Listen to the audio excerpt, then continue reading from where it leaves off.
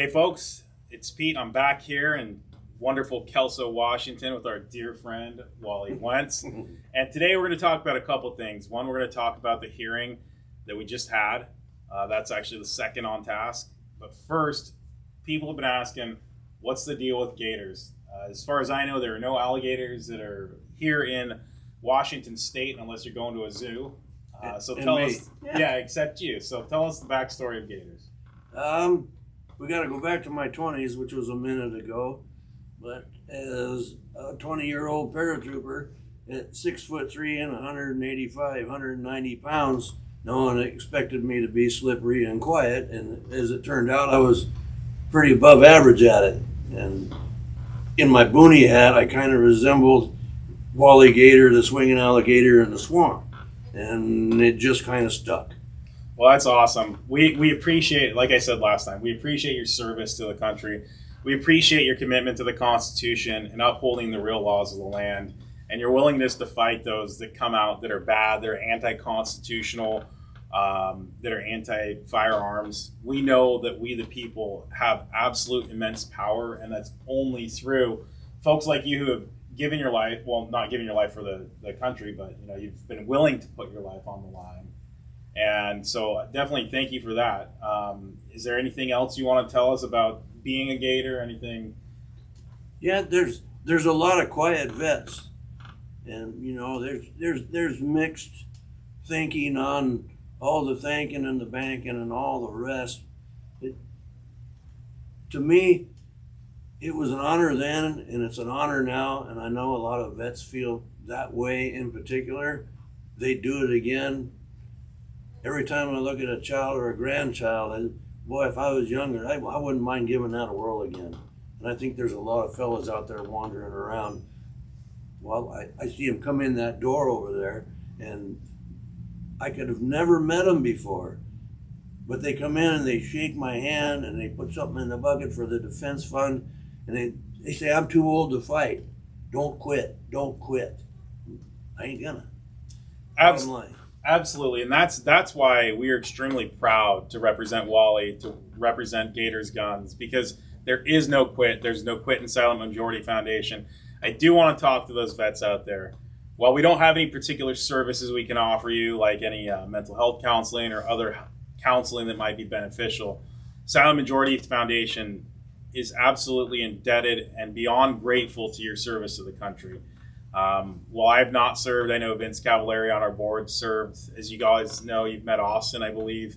He served our country, and God bless them, and God bless you. So if you are wandering around and you need someone to talk to, while we're extremely busy, we want to make sure that you're taken care of. So whatever we can do to help, we had Maddie, our paralegal, and her husband Andre, that both were in the Coast Guard, and we had the great privilege of representing our wonderful men and women of the Coast Guard. So to our vets, thank you. This is one example of one who's still continuing that love of God, that love of country, to stand for what's right, to preserve, like you said, future generations. Little sidebar, I was at Applebee's with my mother-in-law, and I happened to have an American flag on my wallet. And the waitress picked up on that. She said, "Did you serve?" I said, "No, ma'am, I didn't." She told me the story of how she was honorably discharged due to an injury. This is a woman who's probably older than I am, who's now serving at Applebee's, but she still carries not only those physical scars, but like that mental love of our country and emotional love of our country. When she sees a flag wall, it's like, that's someone, those are my people. Right. And the Gators, go ahead. I get it totally. The amount of people who come, you see all these alligator heads in here? Every one of those, except for two little ones, came from customers. They've been to the South, they've been to Louisiana, they've been to Florida, they bring an alligator head back because something within these walls has impacted them. They like it. That's where they want to be. They want to be around people like the people that come in here. And you have to be careful, because you can become jaded by thinking that because the majority of the people that come in here have that perspective, that maybe all walks of life that way. And I know better. Right. And I challenge our customers to not just vote and be done. Vote and take 5 people with you. Get 2 people to register to vote that never have. There's always one more thing you can do. And you know what? And it's kind of spreading like a brush fire in the gorge winds. Absolutely. And last time you told us about your friend that had registered, I think you said he was about 80 years old, if I remember. In his 70s, and he's a first-time voter now. Yep. And there are a lot of you out there. Your vote matters. We're here to fight for the Constitution, especially when our legislature ignores it and when our governor and our attorney general ignore it. We're here to call that action out, and we're here to stand for your voice in the court. But God willing, things can change, and we will have people who stand for your rights. And so I just want to circle back to those vets watching. God bless you. Thank you. Thank you to the Gators and the Wallies of the world who are willing to stand. Let's just kind of funnel into what happened this morning. Just on your general takeaway, do you feel like we moved the ball? Do you think, are you happy with where we are? I'll talk about the semantics, the dates, and all that stuff. But walking out of that courtroom, smiling, frowning, where are we? I'm smiling with pride. I watched Judge Bashur for the second time mention that he didn't want to hear something multiple times to the opposing counsel, and they're not very good listeners. And I don't think that bodes well for the state. I think sticking to the program as directed, coaxed, whatever you want to call it, it is a level of professionalism that Judge Bashur respects, and I think he holds that in higher regard than the state gives him credit for. Yeah, I would say this. You know, Judge Bashur, as I mentioned today in our hearing, was elected by the people in Cowlitz County, Washington. He represents those people as a judge, being one who impartially decides what the law is as applies to you, to me, anyone out here. And I don't think, to your point, he doesn't take that obligation or that duty or that affirmation of the Constitution lightly. And when he has to remind us, hey, look, I want to hear what the Constitution says. I want to hear what Heller says on this. And we can talk about Bruin, but he's really hyper-focused on the Heller analysis of arms. He's not so concerned about what experts say the Constitution say. And so I think he did a wonderful job this morning. Let me be clear. I'm extremely happy with how this went this morning. We were then in there in a scheduling hearing, and you guys have watched us and our friend Bill Kirk at Washington Gun Law, and we'll talk about him in a few minutes. You've watched us talk to him about, these are what you call pro forma hearings. Literally, sometimes it's just a paper. It's hey, Judge, these are the dates that work for me. Opposing counsel signs off. We're all going to meet, and then we're going to have litigation. We'll be in court on this date. Unfortunately, to your point, the state's been taking this very long-standing position that we have to have experts tell us what the Constitution says, what your firearms rights are.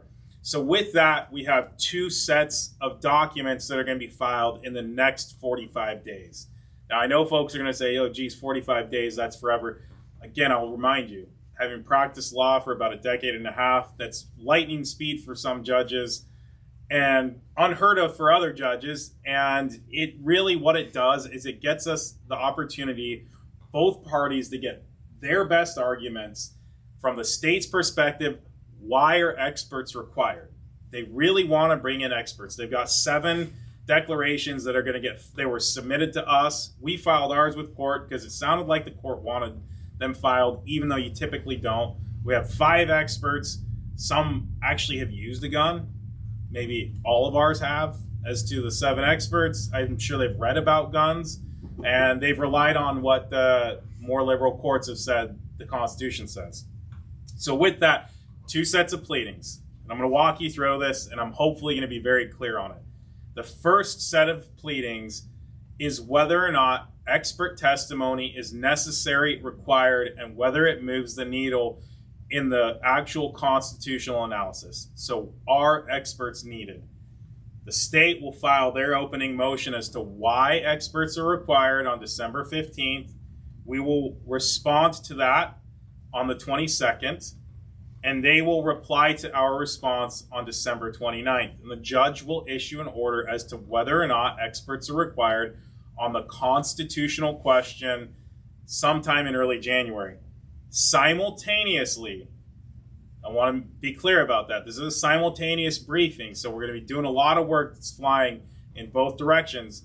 There's the straight up question, is this constitutional, that we have the opening brief on. That's due on the 18th of December. And because of the holidays, Christmas, and with the New Year, the state responds on the 5th of January. And then on January 16th, we have our reply. Now, most importantly, on January 22nd at 1 p.m. in the Cowlitz County Superior Court, there will be a hearing on the constitutional question. That could change if Judge Bashur is like, oh yeah, state, you've opened my eyes. We need these experts. Then it'll push it out. But the judge said, listen, state, you want your experts, tell me why you need them. And while you brief that, don't lose a bunch of ground, don't lose a bunch of time. Simultaneously brief whether or not Senate Bill 5078, which enacted this so-called large capacity magazine or standard capacity magazine with more than 10 rounds, as we call it, whether or not this is a constitutional question. So we're running those in tandem with a hearing exclusively on the constitutional question on Jan 22 of 2024. Folks, this is exciting. We've been building to this moment for a long, long time. And Judge Bashur's given us, this is what I want to hear, for almost 2 months now. As we know, the state's not been very kind on that. They've been trying to push these experts, and he said, fine, we'll split the baby. Brief up why experts are needed. I'll take it under consideration. He pretty much told us he didn't think they were needed. I don't know. I know you said your hearing's not the best, but I'm pretty sure you heard that one loud and clear. Absolutely. Yeah, I mean, so, one, I want to be clear. You all have answered the call when we've said we need funding for experts. We've spent some money on experts, so you're not just throwing money at nothing. We've got several experts. Like I said, we've got 5. The more notable names are Masad Ayub, Ashley Hiblinski, and John Lott. And then we have former Marine gunner, and then also a former military, and I believe he also did some civilian work from just outside of Spokane. So we've used the money as we've asked. I want to be clear on that. But the court might just say that wasn't necessary. It's frustrating, yes. But if this is what gets us to a decision where the judge can say, no, it's not constitutional, and we didn't need experts to do so, and here's my analysis as to why, when that gets appealed from the state, and let's be clear, it will get appealed from the state if that's where we end up, we will have a record that says, here's why these guys, these men and women, these experts don't matter. Here's what the Constitution says from Judge Bashur. I'm excited for that. Anything else? Any takeaways from this morning? From this morning, no, other than thanks to all that showed up. Some of you have businesses to run. You made it anyway. Some of you are retired. You could have been watching Jeopardy. You came down. You showed support. Each and every one of you that's been showing up repeatedly to these, and these are really mundane, boring, hard to hear things, procedurals that I'm learning are the stepping stones that I never realized existed. I'm learning a lot. Silent Majority Foundation has been a very eye-opening experience for me, and I'm very fortunate that I'm represented by who I'm represented by. Please, if you can only make one of these things, the 22nd of January is a big frickin' deal. And if there's no room inside the courtroom, bring a flag and stand outside with a sign or a flag. We got to get the word out that Judge Bashur would be supported in this endeavor if he rules with us. I can't emphasize that enough. Not only am me and my family really putting it out there, but a judge makes a ruling to the Constitution. He's not going to be loved by everybody, but he's really, really turning out to be a really constitutionally grounded fellow American, in my humble opinion. Yeah, I would agree with that. And let me kind of distill that. So think of if you had a supervisor that can only discipline you and a boss that can fire you. We, the people, are Judge Bashur's boss. boss, especially those in Cowlitz County. So thank you again, Wally, for getting these folks who are locals to show up. They have shut their business down. They've done other things. They've shelved other things they could be doing. That's his boss because he's elected by them. Now, his supervisor are the appellate courts, and they can say, no, you're wrong or something of that nature. So think of it that way. The boss is the people because that's who's constitutionally protected and who has the constitutional duty and obligation to either reelect him or not. And you're right. There are going to be folks who say, oh, man, that's not the right Constitution. Well, that's what we've been saying about the state's arguments for several months, for years. And we're grateful that things are going the way they are. Again, I think Judge Bashur has been very even-handed. He's been very fair, but he cares about one thing, and that's the Constitution. And so, again, for you folks in Cowlitz County, you're blessed, but also thank you for taking the time out to remind him that you're out here to support him and support the Constitution. And so that leads us into our final ping. The reason we met is, and I want to give a shout out to Washington Gun Law. Our friend Bill Kirk up there, he is doing tremendous work on educating you about your rights, on educating you about firearm safety, on educating you about what's happening in this state and throughout the nation. Bill Kirk is awesome. He's become a great friend to Silent Majority Foundation and a friend of mine. I appreciate his work. Why don't you tell about how you ended up getting directed to SMF, Silent Majority Foundation, from Bill? Well, the vintage I am, the first place I look for something usually ain't the computer. But I had several youngers, some of them were subordinates of my business, some of them were family members. And they said, well, have you ever heard of this guy? And I watched a couple of his videos, and I noticed on there, and somebody recommended, well, why don't you call him and see what he thinks? Because I really stepped off the aircraft into the blind on this. Not having a lot of legal experience, I was really, really dumbfounded by it. Where the hell do I begin? And I reached out to Bill Kirk, multiple local lawyers. I didn't even know if I needed a civil lawyer or a criminal lawyer. It was unclear to me. Right. I said, I need some help ciphering what the heck I received from the state attorney general, and I need representation. Because if I represent myself, this ain't gonna go well. My fuse is a lot shorter than maybe someone who's been doing this a minute. The two local attorneys, I don't really know. I'm kind of full. I said, well, now I'm going to talk to a guy 100 and some miles from here on a hope and a prayer that I can at least learn something. And Bill was in the middle of something, and he says, hang on, I'll call you right back. And I said, well, maybe tomorrow. No. And 11 minutes later, he called me back. He says, now, I put down what I was doing. I want to hear what you have to say. I mentioned briefly some particles of what I was served and what I thought I was facing. He said, this sounds like it's something and not just little. And I said, well, what do you mean by that? And he went on to explain. He says, I have some acquaintances that I think would be very interested in hearing. And instead of you regurgitating and me asking you 20 questions, I'm going to have them call you.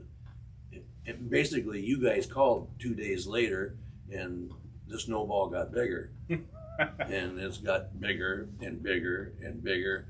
I cannot thank Bill Kirk enough for how he participates. Putting us together was not a small thing. It's a big deal. It's probably everything to me having a business at the other end of this. Your guys' focus, laser beam focus on what we're doing, you didn't burn a bunch of words. Bill put the right people with me. Bill since has mentioned this case, if I'm not mistaken, weekly. And it's been going on for a minute. It ain't yesterday's wine. He never fails to give an update and give Silent Majority Foundation a boost. I can't thank my lucky stars or God above enough for the things spinning around us to get globbed together and make the smash burger that we've become. I'm really grateful. Really grateful. As am I. Like I mentioned, we've been connected with Bill in Washington gun law for quite some time since we filed one of our first cases, which would have been last July, not 2023, 2022. And Bill has always been the guy through Washington gun law. He'll get questions. He'll get, hey, I need help. What do I do? And he's always to your point. He'll text me, call me, hey, I got one. Or what do you think about this? Or, hey, I got to talk to you. Ironically, you mentioned his responsiveness. He called because we were texting back and forth about this video. I didn't want to totally surprise him with it, but I wanted to at least make him aware that we were shooting it. He is always doing what he can to make sure that our constitutional right to carry, our constitutional right for self-defense, and our constitutional right for simple, plain firearms ownership is protected.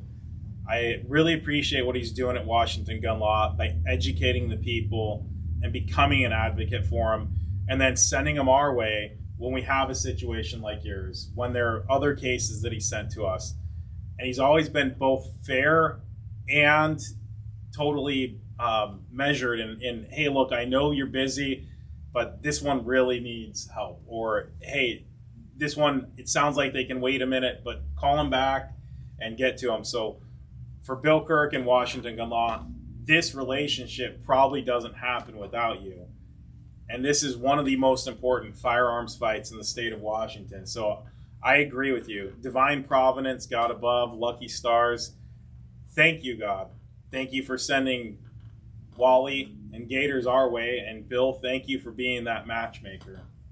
And so with that, do you have any parting comments or parting thoughts? 22nd of January, y'all. Yeah. Thank you. Thank you for your support. I know we've had several calls to action. You have answered them. These experts have been funded because of your efforts. You have shown up to court, whether it's rain today or dry days like before, and who knows whether we'll see snow or not on January 22nd. But thank you. Thank you for letting Silent Majority Foundation continually fight for your rights. As you know, we're here for you. SilentMajorityFoundation.org or smfjb.org. Keep up on what we're doing, because we've got a lot of irons in the fires, not just for your firearms rights, but all of your freedoms, for your right to speak, right to worship, right to petition the government. I mean, I could go through it, and we're touching your Constitution day in, day out. That's what we stand for. Make sure your Constitution stays together. God bless. Have a great day. And where you can. I got one more thing if I can interrupt. Absolutely. The most profound thing that I can tell you since this started, since you saw my mug the first time, is I have not felt alone for a moment since this team was built and you guys supported us. I cannot fail in that regard to tell you enough times how much I appreciate it. Thank you. And God bless and thank you. Amen.